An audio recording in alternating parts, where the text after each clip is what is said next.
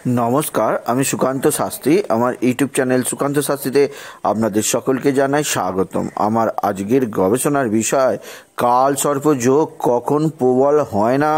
হ্যাঁ, ঠিকই ধরেছেন। আজকের এই ভিডিওয় আমি ফলিত জ্যোতিষের সর্বাপেক্ষা কালান্তক, সর্বাপেক্ষা বিপর্যস্ত এবং সর্বাপেক্ষা ভয়ানক যোগ, যার দোষ নামেই বেশি পরিচিত, সেই কালসর্প দোষ কখন ভয়ানক হয় না, কখন যার প্রভাব সবল নয় দুর্বল হয়ে যায়, সে সম্পর্কে আলোচনা করব। তার আগে বলি, আমার এই ইউটিউব চ্যানেলটিকে অবশ্যই সাবস্ক্রাইব করুন এবং পাশে থাকা বেল আইকনটি অবশ্যই প্রেস করুন, যাতে এই যে ধরনের ভিডিওগুলো আমি আপলোড করছি তার নোটিফিকেশান প্রথম আপনাদের কাছে গিয়ে পৌঁছায়। আসুন এবার আমি বিস্তারিত ফলাদেশের মধ্যে প্রবেশ করি। আমার আজকের গবেষণার বিষয় কালসর্প যোগ বা কালসর্প দোষ কখন প্রবল হয় না। আপনি আমার কাছে প্রশ্ন করতেই পারেন যে কালসর্প কাকে বলে। কালসর্প সেই কালান্তক দোষ যা যোগ হয়েও দোষে রূপান্তরিত হয়, কারণ এই যোগ এমন ভয়ানক যে মানব জীবনকে সম্পূর্ণ ছন্নছাড়া করে দেয়, মানুষকে পথের ভিখারি বানিয়ে দেয়।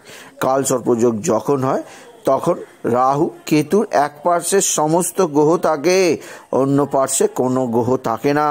তখন সেই কালান্তক যোগকে বলা হয় দোষ, অর্থাৎ কালসর্প দোষ। কিন্তু অনেক ক্ষেত্রে দেখা যায় যে কালসর্প যোগ থাকতেও সেই মানুষ জীবনের সর্বোচ্চ পদে উপনীত হয়েছেন।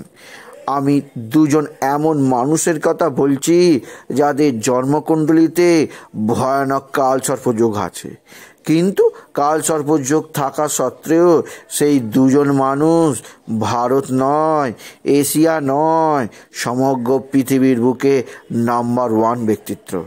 এবার আপনি প্রশ্ন করতেই পারেন, যারা অজ্ঞ, যারা মূর্খ জ্যোতিষী, তারা ভাবতেই পারেন কালসর্প যোগ আবার কি। তাহলে কালসর্প যোগ যদি থাকে তাহলে এই দুজন মহাপুরুষ কি করেই মহাপুরুষ হলেন। তাহলে কালসর্প যোগ নিয়ে বেকার মিথ্যে ভয় দেখানো। কালসর্প কোনো ভয় ভীতিকারক যোগ নয়, তাদের ধারণা সম্পূর্ণ ভুল। কারণ আমি যে দুজন সম্পর্কে বলছি তিনি হলেন একজন অবশ্যই ধীরুভাই আম্বানি, যিনি ভারত তথা পৃথিবীর নাম্বার 1 বিজনেস ম্যাগনেট, এবং অপরজন হচ্ছেন আমাদের মাস্টার ব্লাস্টার সচিন তেন্ডুলকর। দুজনেরই জন্মকুণ্ডলী যদি আপনি গুগলে গিয়ে সার্চ করে দেখতে পারেন, দুজনেরই জন্মকুণ্ডলিতে কালসর্প যোগ বর্তমান। তাহলে আপনি আবার আমাকে প্রশ্ন ছুড়ে দিতেই পারেন, এনাদের জন্মকুণ্ডলিতে কালসর্প যোগ থাকতেও এনারা তো জগতের বুকে সর্বোচ্চ খ্যাতি পেয়ে গেছেন, এবং যতদিন এই ব্রহ্মাণ্ড থাকবে, যতদিন এই পৃথিবী থাকবে, সে 1000 বছর হোক, 1,00,000 বছর হোক, 1 কোটি বছর পরেও এনাদের নাম নেওয়া হবে। তাহলে তো এনারা অমর হয়েই গেছেন। তাহলে একজনের জন্মকুণ্ডলিতে কালান্তক কালসর্প যোগ, কালান্তক কালসর্প দোষ থাকতেও এইরকম দুজন মানুষ কি করে হতে পারলেন এমন বিরাট খ্যাতির মানুষ, সেই সমস্ত আমার চ্যানেলের দর্শকদের আমি বলবো অবশ্যই আমার কথাটি শেষ করতে দিন। কালসর্প দোষ বা কালসর্প যোগ দুর্বল হয়ে পড়ে যদি আপনার জন্মকুণ্ডলিতে কালসর্প যোগ থাকে, তাহলে কোনোভাবেই হতাশ হবেন না। আপনি দেখুন আমি যে পয়েন্টগুলো বলছি সেইভাবে আপনার জন্মকুণ্ডলিতে সেই যোগগুলো তৈরি হয়ে আছে কিনা। যদি থাকে তাহলে জানবেন আপনার কালসর্প হওয়া সত্ত্বেও আপনার জীবনের উন্নতি, আপনার জীবনের অবশ্যই সফলতা কেউ আটকাতে পারবে না। কালসর্পের কালো ছায়া আপনার জীবনে আসতে পারবে না। আপনি আপনার সৌভাগ্যের ডালে বসে হু হু হু করে উঠে যাবেন, আকাশ ছোঁয়ার সাফল্য আপনাকে ছোঁবে। কালসর্প আপনার কিচ্ছু করতে পারবে না, কারণ আপনার জন্মকুণ্ডলী। আসুন এবার দেখে নিই কোন যোগগুলি থাকলে কালসর্প কোনো ভাব দেখাতে পারে না, অর্থাৎ কালসর্প তার কাল নীলা দেখাতে পারে না। একজন সাধারণ জাতক বা সাধারণ জাতিকা যারা দেখছেন এই ভিডিও, তারা যদি জন্মকুণ্ডলিতে যদি কালসর্প যোগ থাকে আগে জন্মকুণ্ডলী খুলে ফেলুন, খুলে দেখুন আপনার রাহু কেতুর এক পার্শ্বে সমস্ত গ্রহ চলে গেছে কিনা। যদি চলে যায় জানবেন আপনি কালসর্প দোষে দুষ্ট। তাহলে আপনি অবশ্যই লক্ষ্য করুন, আমি যে 10টি পয়েন্ট বলছি এই 10টি পয়েন্টের কোনো একটি আপনার জন্মকুণ্ডলিতে আছে কিনা। যদি থাকে জানবেন আপনার কালসর্প যোগে কোনো ক্ষতি হবে না। 1 নম্বর পয়েন্ট, অবশ্যই আপনার জন্মকুণ্ডলিতে বুধাদিত্য যোগ তৈরি হয়ে আছে কিনা। বুধাদিত্য যোগ, রবি এবং বুধ একত্রে থাকাকে বলা হয় বুধাদিত্য যোগ। এবং বিশেষ করে মিথুন রাশি এবং কন্যা রাশিতে যদি বুধ এবং রবি একত্রে অবস্থান করে একে বলে বুধাদিত্য অতি শক্তিশালী যোগ। আপনার কালসর্প যোগ থাকতেও যদি এ ধরনের বুধাদিত্য যোগ থাকে কালসর্পের কোনো ক্ষতি আপনার জীবনে আসবে না। 2 নম্বর, আপনার লগ্নের দশমী যদি মঙ্গল অবস্থান করে জানবেন আপনার কালসর্প আপনাকে কোনো ক্ষতি করতে পারবে না।